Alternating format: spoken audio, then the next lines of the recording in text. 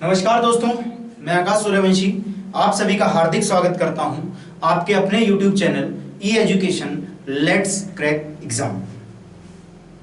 तो देखिएगा दोस्तों, जैसा कि आप सभी को विदित है और इस बात की भरपूर जानकारी है कि हम लोग आपके साथ जीडी कांस्टेबल एंड एसआई के बैच को लेकर के जुड़े हुए हैं। और एक खुशखबरी सुनिएगा एसआई वालों, आपको थोड़ा मौका मिल गया है, या यूँ कहें कि थोड़ा दुर्भाग्य भी कह सकते हैं कि एग्जाम डिले हो रहा है तो पता नहीं आगे कंप्लीट होगी वैकेंसी या नहीं होगी। लेकिन हाँ ये है कि जिन लोगों की तैयारी नहीं थी उनके पास एक भरपूर मौका है। शायद नवंबर में एग्जाम शिफ्ट हो चुका है, वैसे तो हो ही चुका है, बट फिर भी आप इस बात को थोड़ा सा और आप फोकसली देखेंगे ना, इस चीज को और समझेंगे तो आपको और अच्छी सी चीजें समझ में आएंगी। तो चलिएगा दोस्तों, तब तक के लिए हम पढ़ लेते हैं और आगे बढ़ लेते हैं किसके साथ, अपने हिंदी के एक नए टॉपिक के साथ। देखिएगा, जैसे ही आप देख रहे हैं आपके सामने बोर्ड पर टॉपिक लिखा ही, और इस टॉपिक का जो नाम है मित्र, वो आपके सामने लिखा है। और वो क्या है, आज हम पढ़ेंगे हिंदी। मतलब आज हम क्या, हिंदी तो हम पढ़ते हैं लेकिन हम पढ़ेंगे बची हुई क्रिया। इससे ठीक पहली वाली कक्षा में अपन ने क्रिया में हमने जो पढ़ी थी वो पढ़ी थी कर्म के आधार पर क्रिया। कौन सी पढ़ी थी? कर्म के आधार पर क्रिया। और आज जो अपन पढ़ेंगे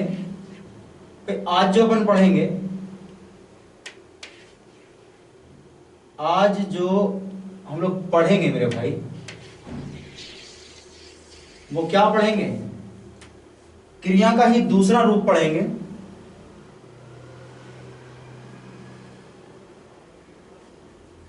क्रिया का भाग 2 पढ़ेंगे।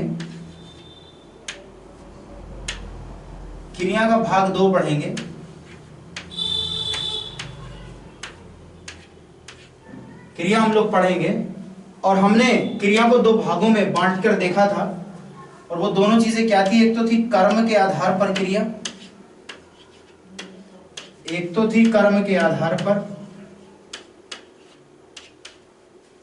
ठीक, ये अपन पढ़ चुके हैं। और अब जो हम सेकंड पढ़ेंगे आज, वो हम पढ़ेंगे रचना के आधार पर क्रिया।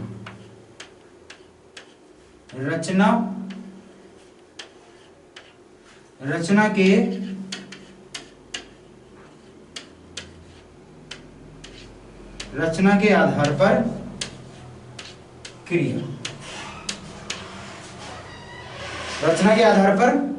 क्रिया। तो देखिएगा दोस्तों, रचना के आधार पर मुख्य रूप से क्रियाएं कितनी मैंने आपको बताई थी मेन या मुख्य रूप से कितनी होती हैं? 4 होती हैं। लेकिन हम पढ़ते हैं 5 जो है एक अतिरिक्त क्रिया। तो चलिएगा स्टार्ट करते हैं रचना के आधार पर क्रिया। चलिएगा दोस्तों, रचना के आधार पर क्रिया स्टार्ट कर लेते हैं। और रचना के आधार पर क्रियाओं में मैंने आपको सबसे पहली क्रिया नाम धातु नाम बोधक, उसके बाद मैंने आपको क्रिया बताई थी कौन सी क्रिया बताई थी मैंने आपको? यौगिक क्रिया या संयुक्त क्रिया। उसके बाद पूर्वकालिक, और उसके बाद मैंने आपको जो क्रिया बताई थी वो कौन सी? प्रेरणार्थक। और एक अन्य क्रिया 5वें नंबर की, वो मैंने आपको बताई थी सहायक क्रिया। तो चलिएगा फटाफट से हेडिंग बनाएंगे और लिखेंगे नाम धातु,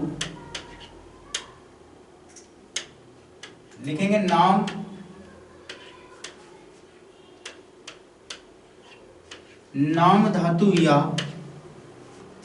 नाम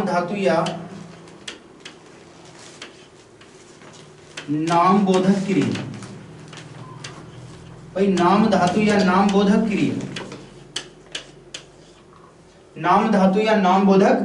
क्रिया। आज जो हम पढ़ेंगे वो हम पढ़ेंगे नाम धातु या नाम बोधक क्रिया। अब देख लीजिएगा नाम धातु या नाम बोधक क्रिया बेसिकली होती क्या है। तो देखें मित्र आप जरा कि ये नाम धातु या नाम बोधक क्रिया है क्या। भाई देखो, नाम का जो शाब्दिक अर्थ होता है वो है आपका संज्ञा। अब आप कहेंगे तो इसका मतलब संज्ञा से निर्मित क्रिया को नाम धातु क्रिया कहेंगे नहीं। तो चलिए इसकी परिभाषा थोड़ा सा देख लेते हैं। और इसकी जो परिभाषा कहती है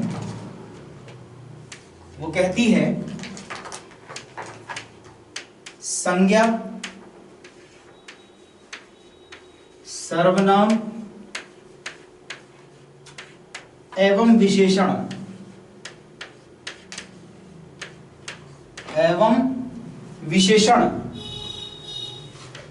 से निर्मित क्रिया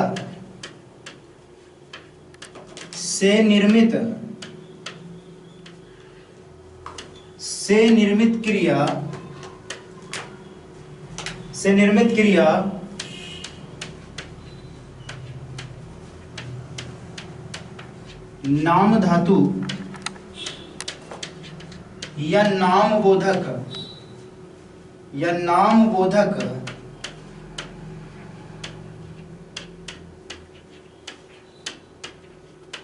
बोधक क्रिया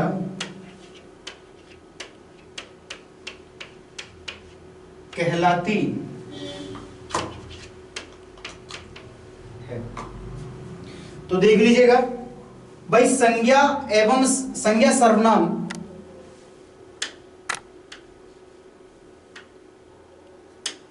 भाई देख लीजिएगा, संज्ञा सर्वनाम एवं विशेषण। देखो, संज्ञा सर्वनाम एवं विशेषण से निर्मित क्रिया नाम धातु या नाम बोधक क्रिया कहलाती है। मतलब जो संज्ञा से मिलकर के बनेगी या सर्वनाम से या विशेषण से मिलकर बनेगी उसे अपन क्या कहेंगे? नाम धातु क्रिया कहेंगे। अब इसमें एक शब्द प्रयोग हुआ धातु। तो चलेगा दोस्तों, मैं आपको धातु बताता हूं, धातु क्या होता है। आप सबसे पहले समझ लें धातु क्या है।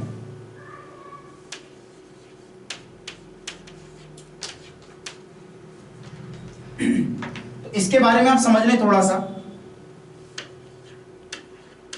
भाई क्रिया के मूल रूप को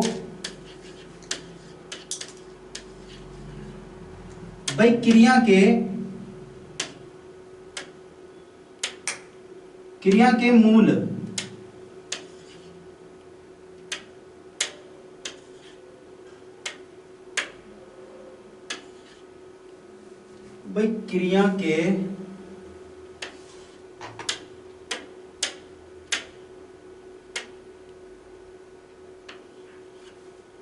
क्रिया के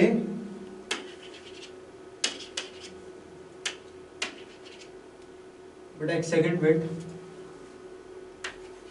टेक्नीशियन साहब।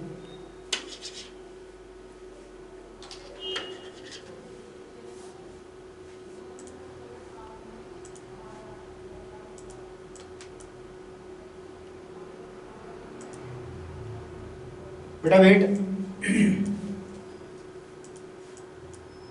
Okay done. क्रिया के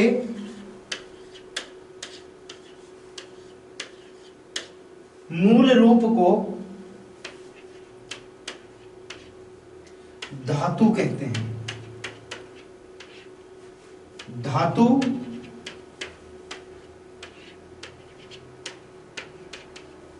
भाई क्रिया के मूल रूप को क्या कहते हैं? भाई क्रिया के मूल रूप को क्या कहते हैं? क्रिया के मूल रूप को क्या कहते हैं जी? धातु कहते हैं, धातु। फॉर एग्जाम्पल भाई, फॉर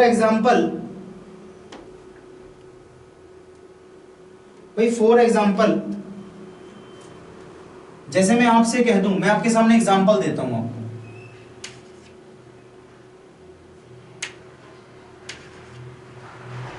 भाई मैंने कहा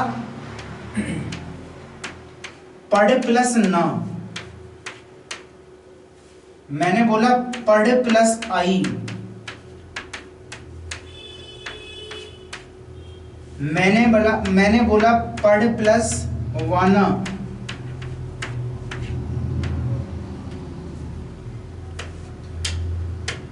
भाई पढ़ प्लस ना से क्या बना? आप कहेंगे पढ़ना। भाई पढ़ प्लस आई से क्या बना? आप कहेंगे पढ़ाई। भाई पढ़ प्लस वाना से क्या बना?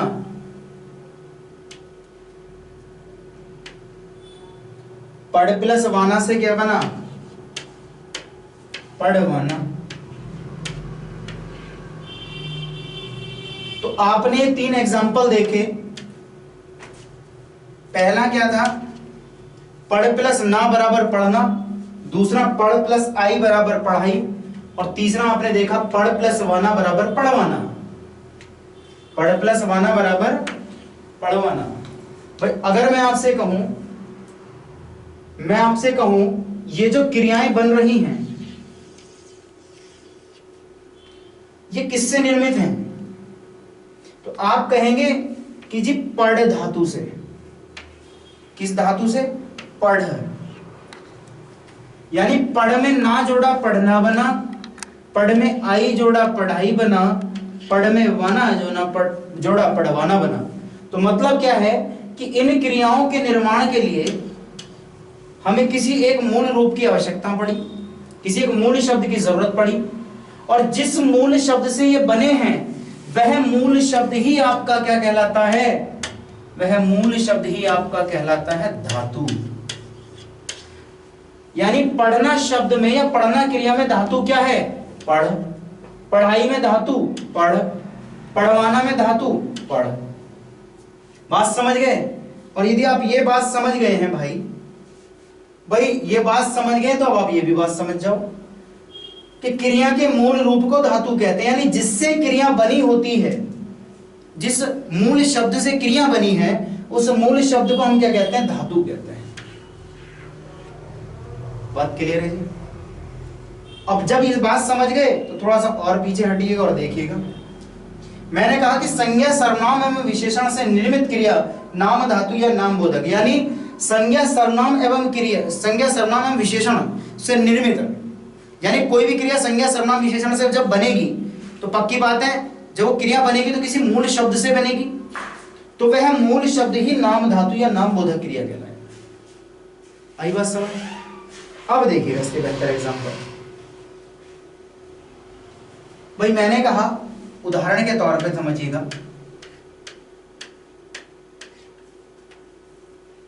भाई मैंने आपसे कह दिया लाठी मारना। लाठी मारना। भाई लाठी क्या है अपने आप में?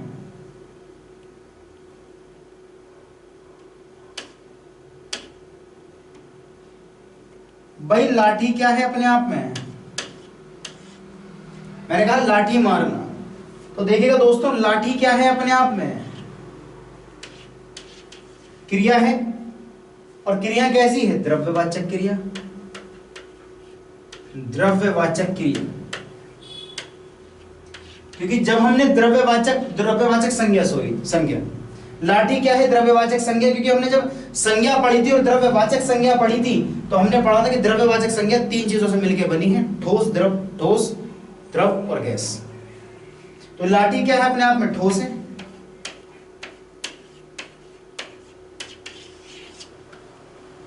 यह ठोस है और ये अपने आप में एक संज्ञा है, और संज्ञा से बनी क्रिया लाठी मारना, तो ये कैसी क्रिया हो गई?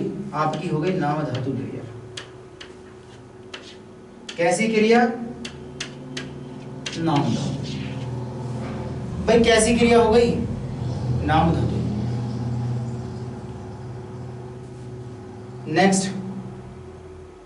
नेक्स्ट देखिएगा। मैं कह दूं लात मारना। भाई लात मारना, तो लात शब्द अपने आप में क्या है? संज्ञा।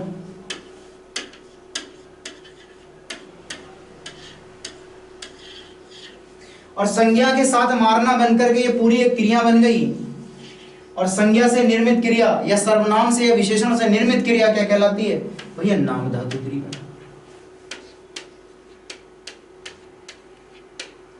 कैसी क्रिया? कैसी क्रिया? नाम धातु क्रिया। बात समझ में आई? अगला एग्जांपल जैसे और देख लेते हैं।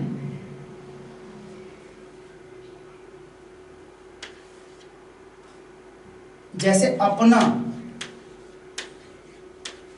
अपनापन, भाई ये कैसी क्रिया है? भाई अपना, अपना शब्द क्या है? सर्वनाम। और ये जो अपनापन नामक एक क्रिया बनी है, ये कैसी कहलाई? नाम धातु क्रिया।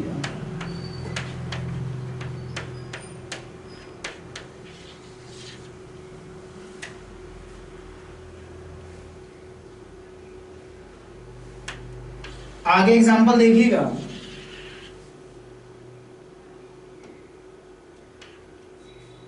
भाई आगे एग्जांपल देखिएगा। जैसे मैंने कह दिया लतियाना, मैंने कह दिया बतियाना, मैंने कह दिया सर चढ़ाना, मैंने कह दिया दिवाला निकालना, या मैंने कह दिया जनाजा निकालना। तो कुल मिलाकर ये सारी की सारी क्रियाएं क्या हैं? विशेषण के आधार पर, सर्वनाम के आधार पर और संज्ञा के आधार पर। तो बस इसमें से अगर आपका कभी क्वेश्चन बनेगा तो ऐसे बन जाएगा, जैसे कह देगा खिलौना,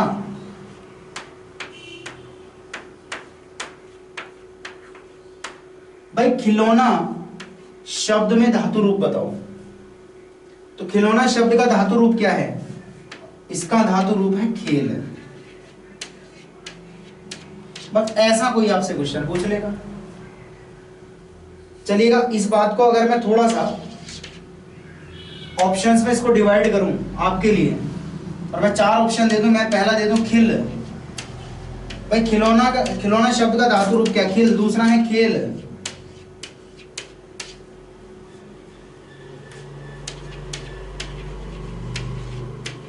तीसरा है खिलवाना,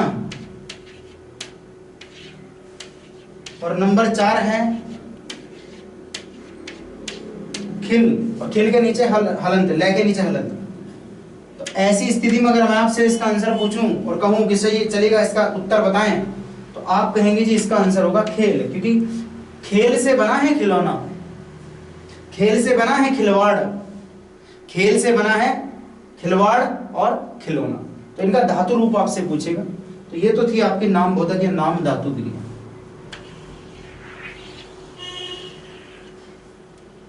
बात क्लियर है मित्र?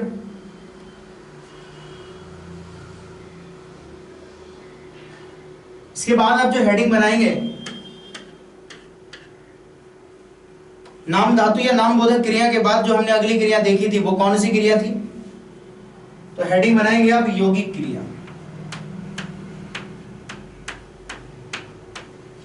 भाई यौगिक क्रिया या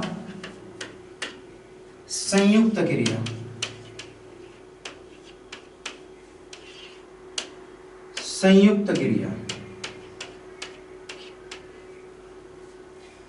बस सीधी सी बात है, सरल सी बात है, ज्यादा बड़ी कोई बात नहीं। देखो यौगिक का क्या मतलब होता है?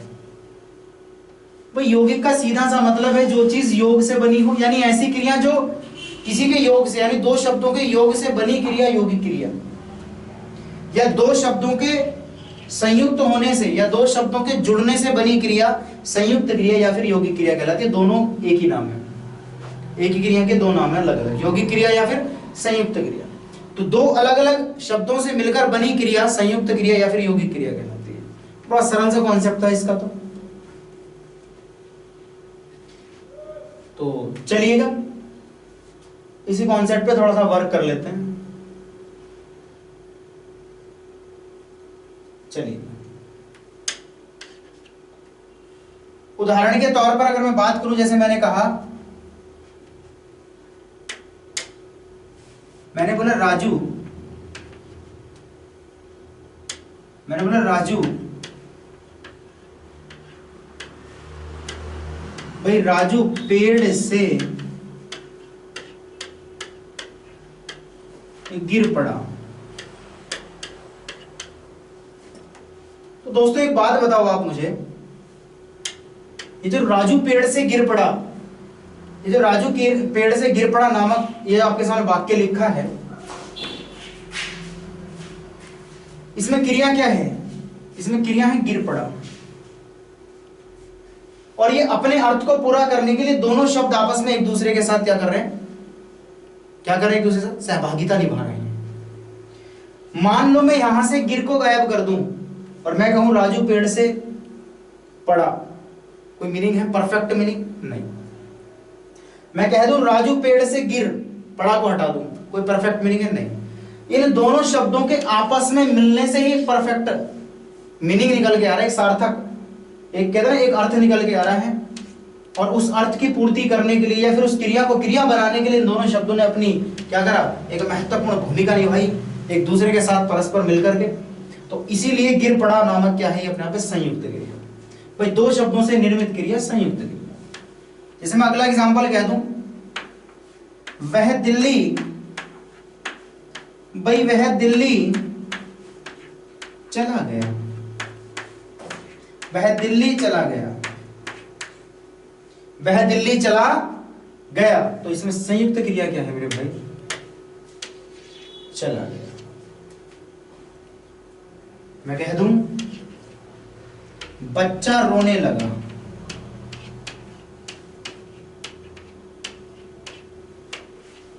बच्चा रोने लगा। तो इसमें संयुक्त क्रिया क्या है भैया? रोने लगा। भाई इसमें संयुक्त क्रिया क्या है? बच्चा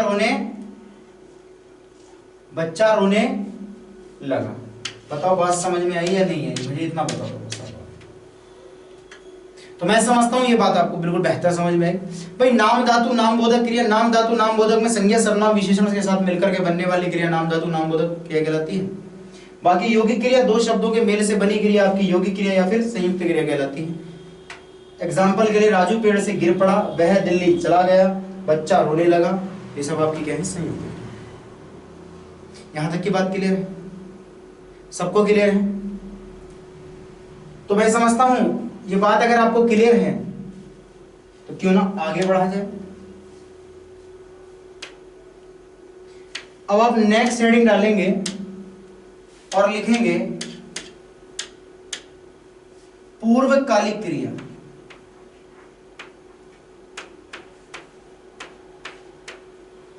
भाई पूर्वकालिक क्रिया,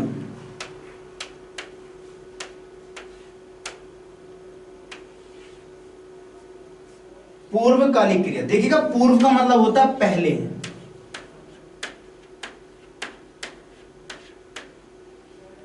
और कालिक का शाब्दिक अर्थ मतलब होता है समय, और क्रिया का मतलब होता है क्रिया।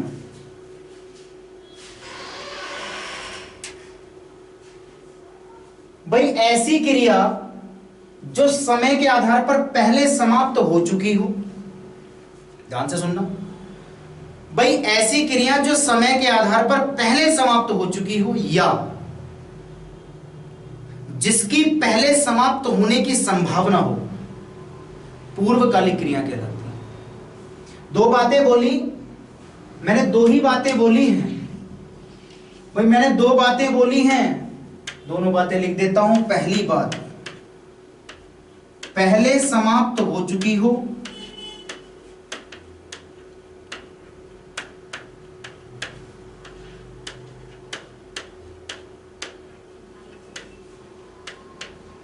चुकी हो,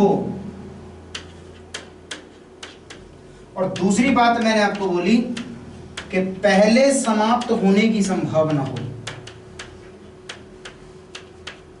पहले समाप्त होने की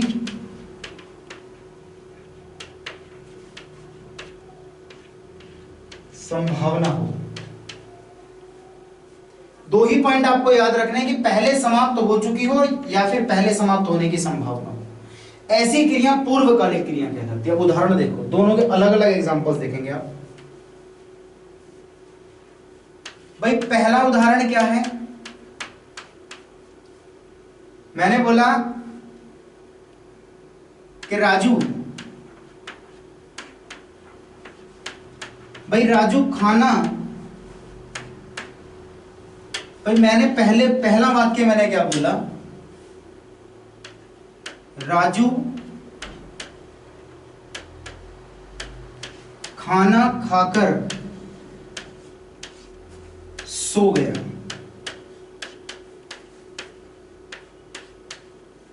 राजू खाना खाकर सो गया। तो इसमें राजू ने क्या किया भाई? इसमें राजू ने क्या किया? पहले खाना खाया और फिर क्या किया? सोया। तो समय के आधार पर पहले कौन सा काम समाप्त हुआ राजू के द्वारा, या कौन सा काम कार्य समाप्त किया गया राजू के द्वारा? तो खाना खाकर। तो खाना खाकर ये आपकी होगी पूर्वकालिक क्रिया।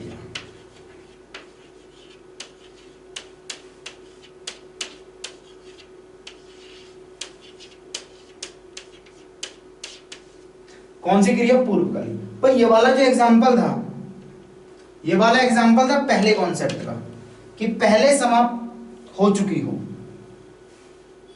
पहले समाप्त हो चुकी हो। देखो इसमें राजू खाना खाकर सो गया, तो खाना खाना ये तो काम समाप्त हो गया ना। तो ये आपकी हो गई समय के आधार पर जो पहले समाप्त हो चुकी है। एक अगला एग्जांपल आप देखेंगे,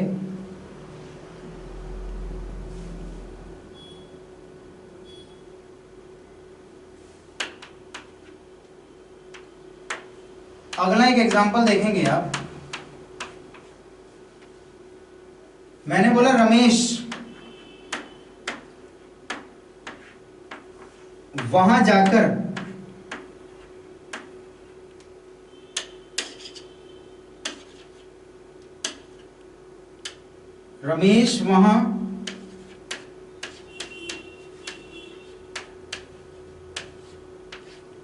वहां जाकर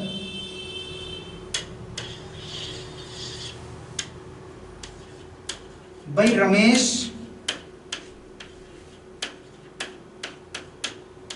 वहां जाकर खेलेगा। रमेश वहां जाकर खेलेगा।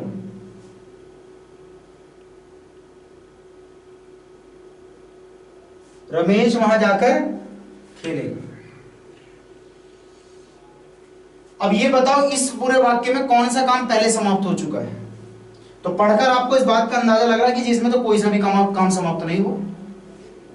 मैंने बोला रमेश वहां जाकर खेलेगा, ना तो अभी रमेश वहां गया और ना अभी खेला। लेकिन एक बात तय है, यदि वहां गया या उसका खेलने का मन हुआ, इनमें से कोई भी काम अगर वो करेगा तो सबसे पहले कौन सा काम करेगा? वहां जाएगा। तो समय के आधार पर पहले समाप्त होने की संभावना कौन सी क्रिया की है भाई? वहां जाने की। तो या तो जिसकी जो पहले समाप्त हो चुकी हो, या फिर जिसके पहले समाप्त होने की संभावना हो, वो आपकी कहलाती है पूर्वकालिक। वो क्या कहलाती है? आपकी पूर्वकालिक क्रिया। बताओ बात समझ में आई?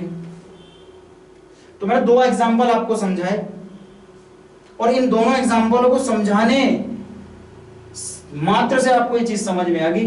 पहला मैंने बोला था कि राजू खाना खाकर सो गया।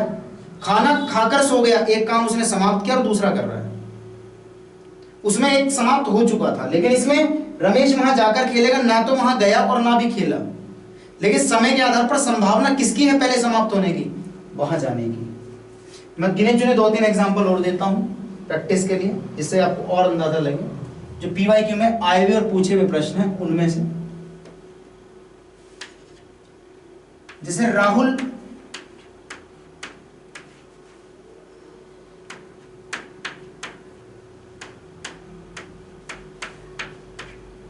दिल्ली से मेरठ आ गया।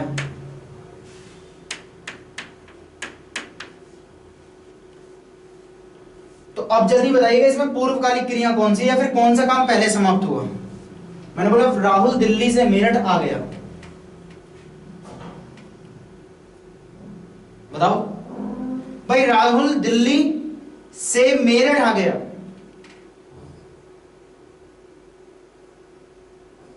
बताओ पूर्वकालिक क्रिया। तो आप इस बात का अंदाजा लगाएंगे मासी ये तो समझ में नहीं आ रही बात, जा थोड़ा गंभीर हो गया मामला। पर राहुल दिल्ली से मेरठ आ गया, यानी मेरठ आ गया तो एक क्रिया है उसकी, लेकिन समय के आधार पर पहला काम कौन सा समाप्त, राहुल दिल्ली से, यानी राहुल दिल्ली, और राहुल का और दिल्ली का जो संबंध है वो ये है कि राहुल पहले दिल्ली गया और फिर मेरठ आ गया। इसका जो डिस्क्रिप्शन होगा कुछ ऐसा होगा कि राहुल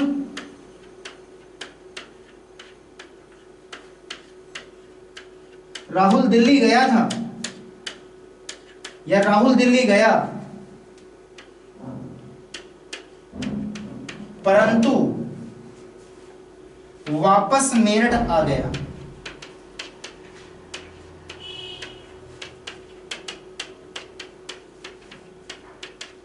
अब इसमें पूर्वकालिक हो जाएगी राहुल दिल्ली गया। तो ज्यादा कुछ सोचने समझने वाली बात नहीं थी, बस हल्का सा एक आपको कॉन्सेप्ट याद रखना था जो समय के आधार पर पहले समाप्त हो चुकी हो। तो पहले जाहिर बात है अगर मेरठ अब आया है तो दिल्ली तो गया होगा ना, जब दिल्ली से मेरठ आ रहा था, यही आपकी पूर्वकालिक। भाई यही क्रिया क्या है आपकी पूर्वकालिक।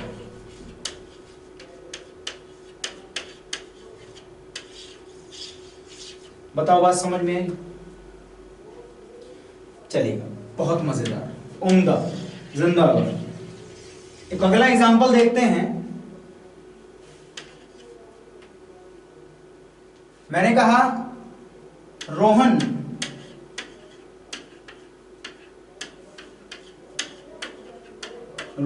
विद्यालय, रोहन विद्यालय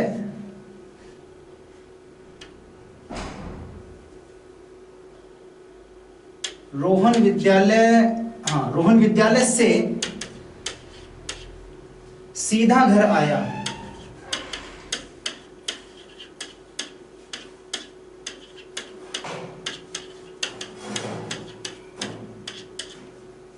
भाई जाहिर बात है पहले रोहन विद्यालय गया होगा तो रोहन विद्यालय, यही बस पूर्वकालिक है भैया। तो इसका डिस्क्रिप्शन कुछ ऐसा है कि रोहन दिल्ली गया, सॉरी रोहन विद्यालय गया एवं सीधा घर आया। रोहन विद्यालय गया परंतु सीधा घर आया।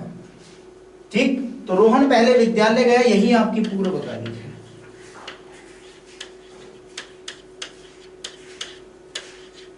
बाकी वैसे तो एग्जाम्पल बहुत हैं। माताजी खाना पकाकर आराम कर रही हैं, तो खाना पकाकर क्या हो गया, पूर्वकालिक। मैं कह दूं कि मैं पढ़कर खेलने लगा, कह दूं वह गाकर, वह पढ़कर घूमने चला गया, वह खाना खाकर घूमने चला गया। तो सैकड़ों आपकी पूर्वकालिक हो सकती है। बस ये बात आपको बेहतर समझ में आई। तो हमने रचना के आधार पर क्रियाएं पढ़ी, और रचना के आधार पर सबसे पहले जो हमने क्रिया देखी नाम धातु नाम बोधक, उसके बाद हमने देखी संयुक्त क्रिया यौगिक क्रिया, उसके बाद देखी पूर्वकालिक क्रिया, और बची हुई 2 क्रिया हम पढ़ेंगे अगली कक्षा में। तब तक के लिए राम राम, बाय बाय, खुदाफिज, शब्बा खैर, मस्त रहो, स्वस्थ रहो, ख्याल रखो, खुश रहो, take care, see you in the next class. Thank you so much, have a nice day, good luck, and हाँ, like share and subscribe, good luck.